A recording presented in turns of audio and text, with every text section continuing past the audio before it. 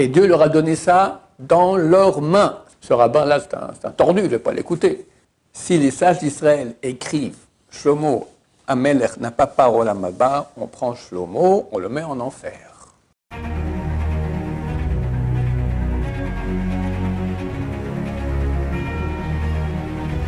Ce jour est dédié pour la Refoua Shema, la guérison rapide et totale de Yirmiyahu Meir Ben Zira, et qu'Hachem l'aide dans toutes ses entreprises pour le bien. Amen.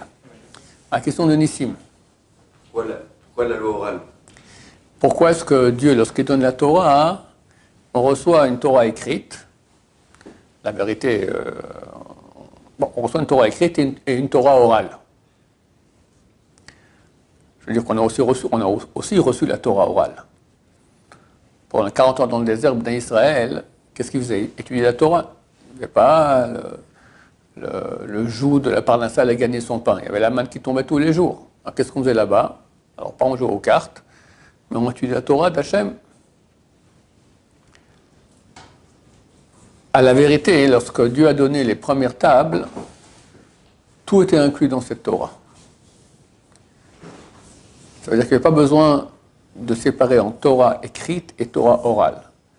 Tout était connu.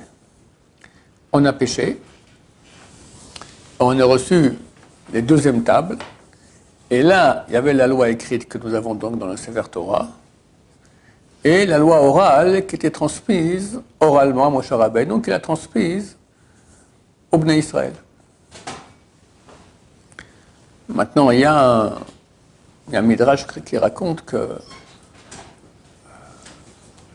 Moshe Rabbeinu, quand il est monté au mont Sinaï, il a vu que Dieu, il attachait des couronnes sur les lettres. Sur les lettres en hébreu, beaucoup de lettres ont des petites couronnes. Alors, Moshe lui a demandé pourquoi tu fais ça. Et dans le futur, il y aura un Talmid Chacham, Rabbi Akiva, qui va faire, pour chaque couronne, il va sortir des dizaines et des centaines de halachot, de lois. Il dit, je veux le voir. Alors il est téléporté, Moshe Rabbeinu, dans la classe de Rabbi Akiva. Et Rabbi Akiva, il dit un truc, et Moshe Rabbeinu, il ne comprend rien de ce qu'il raconte. Et quelqu'un lui demande la question, mais d'où vous avez ça? Ça, c'est Torah, Halakha le Moshe Sinaï. C'est une loi de Moshe Rabbeinu depuis le mont Sinaï. Alors ça l'a calmé. Ça ne veut rien dire cette histoire-là. Alors, si Dieu a donné la Torah orale à Moshe, celui qui l'enseigne, comment ça se fait qu'il ne comprend absolument rien? Alors, Hachem Akadosh, il explique. Il explique qu'en fait, Hachem a donné au Bnei Israël la loi écrite. Qu'est-ce que c'est? C'est les gros titres. D'une loi orale qu'il a transmise oralement.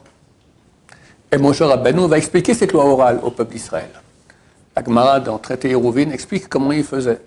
Dieu lui parlait, lui donnait une loi. Il appelait Aaron, il lui expliquait la loi. Aaron se mettait à sa droite, il appelait les deux fils d'Aaron. Nadav et Avihu ont été tués, restaient deux, Itamar et Lazare. Il leur expliquait. Et il se mettait à droite et à gauche de Moshe et de Aaron. Vous avez rentré les 70 sages. Il réexpliquait. Et il faisait rentrer tout Israël et réexpliquait. Combien de fois il a expliqué la halakha, Moshe? 4 fois. Aaron, les 2 enfants, les 70 et tout le peuple d'Israël, 4 fois. Après, Moshe partait. Aaron, qui a entendu 4 fois, il répétait ça à tout un Israël. Et il partait. Après, les 2 fils de Aaron répétaient ça, c'est une troisième répétition. Moshe, Aaron, les 2 fils. Et enfin, les 70 sages répétaient encore ce qu'ils ont entendu au Bnei Israël. Donc, le Bnei Israël avait entendu chacun 4 fois. Et ça, on parle de loi orale. Maintenant, elle sera développée, cette loi orale. Comment ça se fait que Moshe Rabbeinu n'a pas compris de quoi il s'agit? Alors, Hachem Akadosh, il dit que dans la loi orale que Dieu a transmise, il a transmis la loi écrite, qui est la source écrite, qui est le gros titre, qui, des fois, est extrêmement restreint. Par exemple, on sait que Shabbat, il y a des milliers de halachot. Des milliers de halachot. Et c'est marqué une seule phrase, Shabbat, tu ne feras pas de melacha. Qu'est-ce que c'est qu'une mélacha? Il y a 39 mélachot, elles ne sont pas écrites. C'est quoi? Qu'est-ce qui est oui une mélacha? Qu'est-ce qui n'est pas une mélacha? Dans chaque mélacha qu'on fait, là, on fait borer. Et il y a des centaines de mélachot, bonnet, des centaines de mélachot, bichou, des centaines, des milliers de halachot, d'accord? Tout ça, c'est oral. Dieu transmet à Moshe Rabbeinu l'halacha qui est écrite et le résultat. C'est-à-dire que si je prends aujourd'hui, il y a des livres. Il y a un livre d'un grand rabbin français, qui s'appelle le Rav Yosef Luria, Les fondements du Shabbat. Là-bas, tu as toutes les lois du Shabbat. Tu as aussi le Rav Shimon Baruch, j'ai vu qu'il est venu donner cours une fois ici, il a des très bons livres sur Shabbat. En hébreu, tu as le grand livre sur Shabbat de Rav Shimon Zalman Auerbach, c'est pas lui qui a écrit, mais c'est lui là-bas, le grand intervenant, c'est Shmirat Shabbat Kilcheta. Donc, Dieu a donné à Moshe Rabbeinu la loi, Shabbat, vous ne ferez aucune mélacha, et il lui a donné le Shmirat Shabbat Kilcheta, ou le fondement du Shabbat, le résultat. Le cheminement qui va depuis la Torah, comment on en apprend de la Torah, le nombre de mélachot, qu'est-ce qu'une mélacha, tout ça, jusqu'à le résultat qu'on a aujourd'hui dans ces livres, ça, Moshe Rabbeinu n'a pas reçu.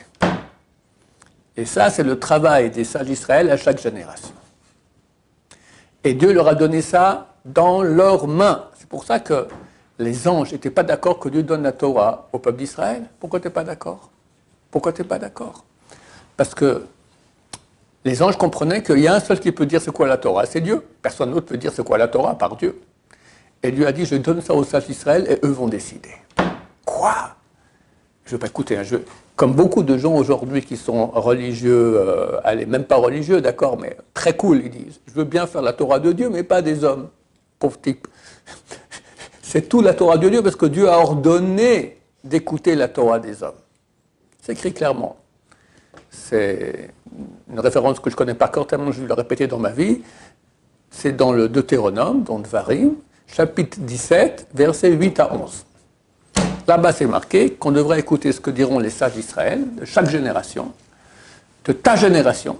Comme dit Rashi, il ne dit pas, c'est une Gemara dans Rosh Hashanah qui dit, il ne dit pas, oui, non, mais si c'était le rabbin, c'était Rambam, j'aurais écouté, la Gonville, j'aurais écouté, mais ce rabbin-là, c'est un tordu, je ne vais pas l'écouter. Non, tu écoutes les grands de chaque génération, de ta génération, et tu ne bouges pas de ce que la Torah dit, tu ne bougeras pas de ce qu'ils diront, ni à gauche, ni à droite. Rachid dit, pourquoi c'est marqué, tu ne bougeras pas de ce qu'ils diront, ni à gauche, ni à droite? Dit, tu ne bougeras pas de ce qu'ils diront. Ni à gauche, ni à droite, dit Rachid, c'est de nouveau les sages d'Israël il y a 2000 ans qui disent, même sur la droite, il me dit gauche, même sur la gauche, il me dit droite. Il y a des halachot qui sont écrites dans la Torah. C'est clairement marqué ce qui est écrit. Les sages d'Israël bien disent, non, c'est pas ça que ça veut dire, c'est dire autre chose. Et c'est eux qui ont raison. Histoire très connue. Un des grands rabbins du peuple juif, c'est le premier rabbin qui est cité dans la Mishnah et dans la Gemara, c'est un Gilgul de Moshe Rabbeinu, dit la Kabbalah. C'est Rabbi Eliezer qu'on appelle Rabbi Eliezer à la Gadol, le seul qu'on appelle le grand Rabbi Eliezer. Et une question s'est posée à son époque, on appelle ça Tanro shel Achnai. C'est une Gemara dans Baba Metzia, un four d'un Achnai. Achnai, c'est une sorte de serpent. C'est un four qui est fait d'argile. Et l'argile, quand il reçoit la touma, quand il devient impur, on ne peut rien faire. Il faut le casser. Un ustensile de fer, on peut le tremper au mikvé. Chaque chose, il a comment on peut le purifier. Mais quand c'est en argile, en terre, il n'y a rien à faire, on casse. Alors, quelqu'un à l'époque était intelligent, il dit pourquoi c'est dommage de casser le four, qu'est-ce qu'on va faire? On va le scier en lamelles. Tu as ton four comme ça, d'accord? Tu scies en lamelles. Et après, tu prends la première lamelle comme ça, tu mets du ciment, tu mets la deuxième lamelle, ciment, troisième, comme ça, et tu reconstitues ton four. C'est valable ou pas? Pur ou impur? Divergence d'opinion. Rabbi Eliezer dit, je ne sais plus, on va dire qu'il dit pur, je ne sais plus qui dit pur, qui dit impur. Rabbi Eliezer dit pur. Les sages d'Israël ne sont pas d'accord. À leur tête, Rabbi Yoshua, il dit non, impur. Rabbi Eliezer, il dit, si j'ai raison, que ce carubier qui est là se déplace 400 mètres en avant. Tu vois le carubier qui se lève, met son pantalon, se met à courir et se pose là-bas. Pas mal. Rabbi Yoshua dit, on n'amène pas la halakha, on ne fixe pas la halakha d'après un carubier. Rabbi Eliezer dit, si j'ai raison, que la rivière s'arrête, remonte dans l'autre sens. La rivière s'arrête, elle remonte dans l'autre sens. Nous, on a vu ça, on aura tous souvent. Ça platit par terre, on dit, extraordinaire, il a raison. Ah, Rabbi Yoshua, on ne met pas de preuve de la rivière. Quelle puissance. Qu'est-ce qu'il y avait là-bas encore? Si j'ai raison, que les murs du Beth Midrash passent à fesse, mais commencent à se baisser comme ça. Et ils commencent à se baisser. Rabbi Yoshua leur dit stop, les sages d'Israël discutent, c'est pas votre affaire. Et ils sont restés comme ça. Et s'ils remontaient, c'est un manque de kavod à Rabbi Eliezer. S'ils tombent, manque de kavod à Rabbi Yoshua, ils sont restés moitié-moitié. Jusqu'à aujourd'hui, dit la Gemara, c'est à l'époque où ils construisaient un peu tordu. Rabbi Eliezer dit, si j'ai raison, qu'une voix sort du ciel et qui dit Rabbi Eliezer a raison. Aïe, aïe, aïe, aïe, aïe, une voix sort du ciel et dit Rabbi Eliezer, il a raison. Ah, pour Yoshua, Rabbi Yoshua, là, c'est embêtant ça. Il dit, on n'amène pas une preuve d'une voix du ciel. Elle m'a mis bat de colle. C'est pas Dieu qui a parlé, c'est une voix du ciel. On n'amène pas de. C'est quoi la voix du ciel?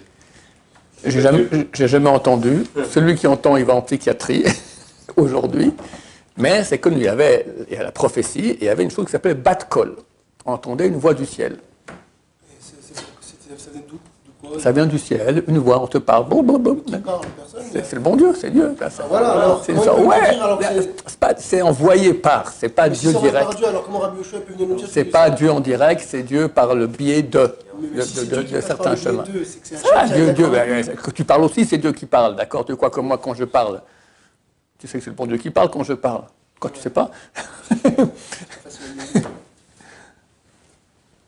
Tout est géré par Dieu. Mais là, c'est en direct ou en pas direct. D'accord? Agmar raconte. Alors Dieu, qu'est-ce qu'il a dit quand il a vu ça? Et la loi était fixée comme Rabbi Yoshua, en fonction du principe Yachid varabim al-hak arabim. On apprend de la Torah que s'il y a une majorité, on va d'après la majorité. La majorité des rabbins était du côté de Rabbi Yoshua, et pas Rabbi Eliezer, donc la lara a été fixée comme Rabbi Yoshua. La Gemara pose la question, et Dieu, qu'est-ce qu'il a dit dans cette histoire-là? À ce moment, il a souri, il a dit, Nitzruni banai nitzruni. Mes enfants m'ont vaincu, ils m'ont vaincu. C'est-à-dire que Dieu pensait comme Rabbi Eliezer. Et Dieu a accepté de dire, ok, ça sera comme Rabbi Yoshua. C'est ça qui a été donné comme Torah au peuple d'Israël. Tu comprends la puissance. C'est phénoménal. C'est phénoménal. Et une autre histoire fantastique. La source, c'est Sanhedrin 107. Les sages d'Israël ont pensé que Shlomo, pour des choses qu'il a écrites, n'avait pas part au monde à venir. Et donc on va écrire ça dans la Gemara. Un feu descendu du ciel a commencé à dévorer les sièges. On continue. Tout ce qu'il voit quelqu'un arriver avec une couronne sur la tête, le roi David, le père de Shlomo Amer. Je vous en prie.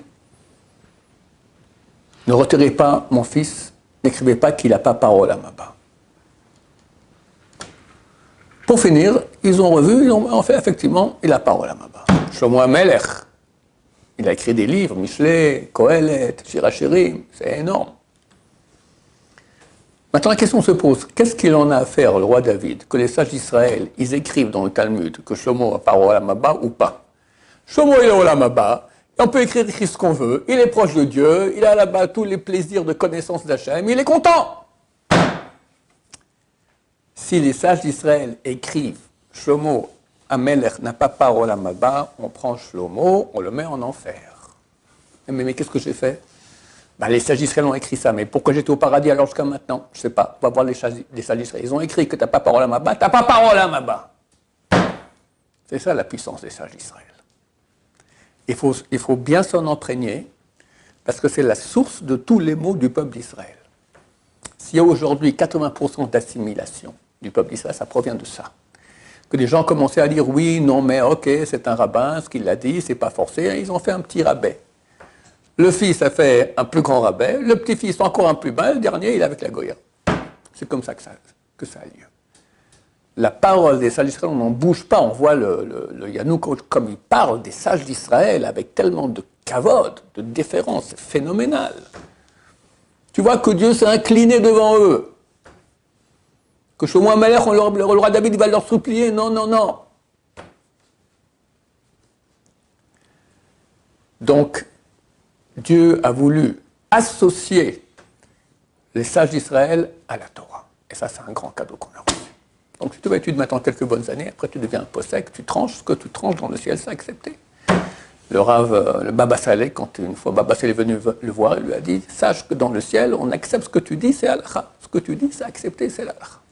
C'est beau. Pourquoi? Pourquoi lui, pas un autre? Non, pourquoi on s'associe Mais Dieu, il veut nous donner. Alors, ou tu es un pion, ou tu es un acteur. Qu'est-ce qui est meilleur? Acteur. Un acteur. La plupart des juifs ne sont pas acteurs. On n'en sait rien. Devient Tamil Chacham. C'est Hachem qui décide. Hein. Chaque juif, il peut. Je n'ai pas compris. C'est Hachem qui décide si tu deviens Tamil Chacham ou pas. C'est pas ton rôle. Chacun. Quelqu'un, chaque juif, s'il bosse, peut devenir Tamil Chacham. D'abord, à moins qu'il ait des problèmes psychiatriques, je ne sais pas. Mais le type, il s'assied. Moi, quand je suis arrivé à l'Yeshiva, hein, j'étais un étranger, israélien, tout ça. Ils m'ont donné une chavruta. On appelle ça en hébreu roche balata. Une tête de balata, c'est une tuile, d'accord? Je ne comprenais rien. Je ne comprenais rien. Boucher de boucher. Mais il bossait jour et nuit, Moi, j'ai quitté la yeshiva après, et un jour, on m'a dit, 3-4 ans plus tard, que, fantastique, ping, sa tête s'est ouverte. Et il avance, il devient intelligent, Tamil Chacham. Je ne sais plus où il est aujourd'hui. Mais bien sûr, c'est connu, la majorité des grands d'Israël n'étaient pas des gens très très calés. Abraham Kanevski, ses copains à la yeshiva se moquaient de lui. Abraham Kanevski, qui n'a pas un millimètre de Torah qu'on ne sait pas, qui ne connaissait pas. Le Rambam, c'est connu aussi, qu'il était bouché quand on était petit, et d'autres. Donc tout le monde peut devenir. Ah, il faut bosser. Et tu bosses, Shem Shamaim, pas pour je veux être appelé un grand d'Israël, avec amour de Dieu, avec anava, avec prière. S'il n'y a pas de prière, il n'y a pas de Torah. Et tu deviens après un associé avec Hachem dans la Torah. Donc ce que tu dis à ce moment-là, c'est Emet. Ça devient Torah, ouais. Comment on comprend alors? J'ai eu du mal à comprendre aussi ça. Elou, T'as jamais compris ça? C'est-à-dire quoi? Il y a deux vérités? Passe-moi le livre. C'est un truc que j'ai fait des milliers de fois dans ma vie. Tu connais pas le coup du livre? Non. Ça vaut la peine que tu viennes aujourd'hui au cours, rien que pour entendre ça. Quelle forme tu vois? Rectangle. Qu'est-ce qui est plus grand, la base ou la hauteur? Pareil. Hein? Qu'est-ce qui est plus grand, la base ou la hauteur? Ah, la hauteur. La hauteur. Ne jure pas, tu pourrais le jurer? Je pourrais le jurer. Ben oui. Hein? Ouais. Shmuel, quelle forme tu vois, toi? Bah, moi, je vois que la hauteur aussi. Un rectangle. Ouais. Qu'est-ce qui est plus grand, la base? Qu'est-ce qui est plus grand, la base? Enfin, j'ai compris, c'est sur la vision de chacun. Attends, réponds à ma question. Qu'est-ce qui est plus grand, la base ou la hauteur? La base. Là, c'est la base. Qu'est-ce qui est plus grand, la base ou la hauteur? La hauteur. La hauteur. Et toi, excuse-moi, je repose la question. Qu'est-ce qui est plus grand? La base que la hauteur. Donc, toi, tu pourrais jurer que la hauteur, elle est plus grande que la base. Et toi, tu pourrais jurer que la base est plus grande que la hauteur. Et pourtant, les deux voyaient le même objet. Qu'est-ce qui se passe? Tu as un point de vue. Maintenant, en spiritualité aussi, il y a des points de vue. Chacun, il a une source d'âme qui provient d'un corps spirituel. Et d'après le point où il voit d'une certaine façon la halakha, le point de Torah, lui, comme ça qu'il voit. Et l'autre, il voit le contraire. Et les deux ne sont pas d'accord. Et les deux sont convaincus qu'ils ont raison. Et les deux ont raison. L'halakha, on a fixé. Entre Beth Shammai, la première grande marlotte qui était Beth Shammai et Beth Hillel, on fixe l'halakha comme Beth Hillel parce qu'ils étaient plus humbles. Mais ça veut pas dire que Beth Shammai, ils ont tort. Ils n'ont pas tort. On n'a pas le droit de faire comme Beth Shammai, jusqu'à l'époque messianique. L'époque messianique, on fera comme Beth Shammai. Donc tu vois. Raison. Donc là, c'est une chose qui est vraie. Si à l'époque messianique on fera comme Beth Shammai, ça veut dire qu'ils ont raison. Mais Beth Hillel aussi, ils ont raison vu qu'on fait comme eux. Les deux sont vrais. Comme tu peux comprendre qu'un objet peut être comme ci, comme ça. Alors, quand la Torah, elle va te donner tous les points de vue, ensemble. Bon, à l'époque de Moshe Rabbeinu, ils avaient une vue spirituelle tellement large qu'ils pouvaient voir plusieurs points à la fois et tout allait très bien. Et après, plus on avance dans l'histoire, plus les âmes deviennent plus petites, plus privées, plus... C'est comme un arbre. Tu as un tronc, tout est dedans. Puis après, tu as les grosses branches, il y a beaucoup qui est dedans. Puis après, à la fin, nous, on est les petites brindilles de la fin. Que pour chaque petite branche, tu as 10 brindilles. Aujourd'hui, on a l'akha, pour chaque chose, tu as 10 avis. Et c'est là qu'il y a les fruits. C'est ça, les fruits de ce monde. Tu as compris le Elu Velu Devrei Elokim Chaim? Et quand il n'y a pas de marloquette, ça veut dire quoi? On n'a pas l'autre point de vue? Hein? Ça veut dire qu'on n'a pas l'autre point de vue, que tout le monde est d'accord? C'est pas que tout. Alors, maman dit, moi aussi, les chrétiens, c'est aussi un point de vue. Comme ils pensent, d'accord, bah, nous, on a aussi une petite branche en plus, d'accord. Les bouddhistes aussi, les athées aussi. Non. Il y a vérité et mensonge. Il y a ce qui est dans l'arbre et ce qui est hors de l'arbre. Quelqu'un ne peut pas dire maintenant, le porc, il est cachère, d'accord. Ça, c'est un vrai porc qui est né d'une truie, d'accord. Et il fait groin, d'accord, on ne peut pas le manger. Terminé. À moins que tu sois malade, oui. S'il n'y a pas de marloquette dans la main, alors comment on comprend? C'est qu'il n'y a qu'un point de vue. Oui, il y a des choses qui n'ont aucune marloquette. On n'a pas le deuxième. Hein? Donc on n'a pas l'autre point de vue. Non. S'il y a un point de vue, il y a un point de vue. Point barre, c'est tout. Il n'y a pas que des marloquettes, il n'y a pas que des divergences d'opinion.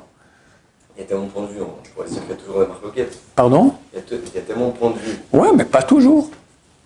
C'est écrit qu'avant de prier, on doit dire une halakha sans marloquette. Quelle halakha on dit? Les filles d'Israël ont pris sur elles qu'elles faisaient 7 jours propres pour chaque goutte de sang. Il y a dans la halakha, si tu as une goutte de sang, une femme a une goutte de sang, ça dépend dans quelle période. Il y a une période où elle est nida, et une période où elle est zava. Nida, le même jour où elle arrête d'avoir du sang, elle va au mikvé, c'est bon. Zava, elle doit attendre encore 7 jours propres. Les filles d'Israël ont eu peur qu'on reste trompé dans le calcul. Je suis Zava, je suis Nida, je suis Zava, je ne sais pas, elles vont se tromper. Elles auraient dû attendre 7 jours propres et elles vont se tromper le même jour où ça s'est arrêté. Elles ont pris toutes d'attendre encore 7 jours en plus. 7 jours en plus, hein. Quand tu seras marié, tu verras ce que c'est. Ta femme, t'attends, elle a une petite goutte, elle est encore 7 jours en plus. Oh là là là là, c'est terrible, d'accord? Toutes les femmes ont pris sur elles ça. Ça, c'est une halakha qui n'y a pas de marloquette là-dessus. Donc il y a des halakhot sans marloquette, bien sûr. Baruch Adonai, l'olam, amen va amen.